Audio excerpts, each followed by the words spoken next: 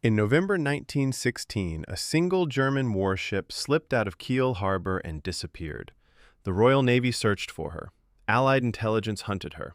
For 451 days across 3 oceans and 64,000 miles, they found absolutely nothing. SMS Wolf wasn't a battleship or a U-boat. She was a converted freighter, a disguised merchant raider carrying 15 guns, torpedo tubes, and a small seaplane her crew called Wölfchen, Little Wolf. Commanded by Kapitän Karl August Nerger and crewed by 347 men, she looked like an ordinary cargo ship. That was the point.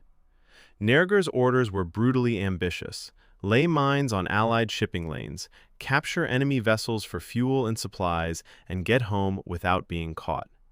What followed was one of the most calculated solo naval campaigns in history.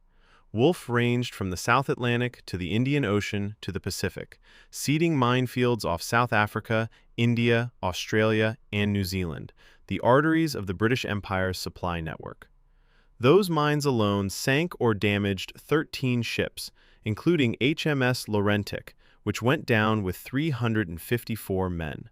Wolf never fired a shot at her.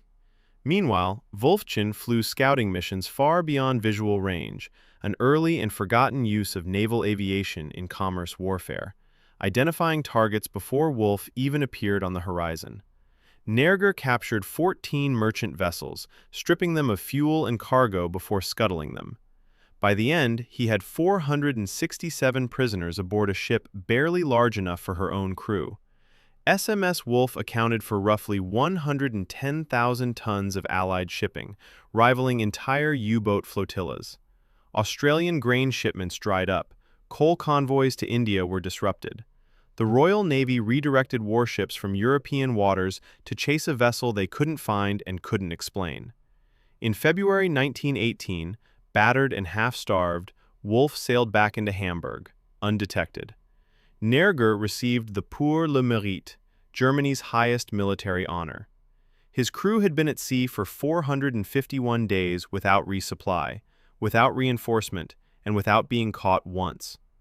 What Nerger proved was quietly revolutionary. You didn't need a fleet. One ship, operating with patience and deception, could bring a global supply network to its knees. It remains the longest raiding cruise in naval history, and most people have never heard of it. If you're still here, you're the kind of person who needs more naval history in their life. Hit subscribe.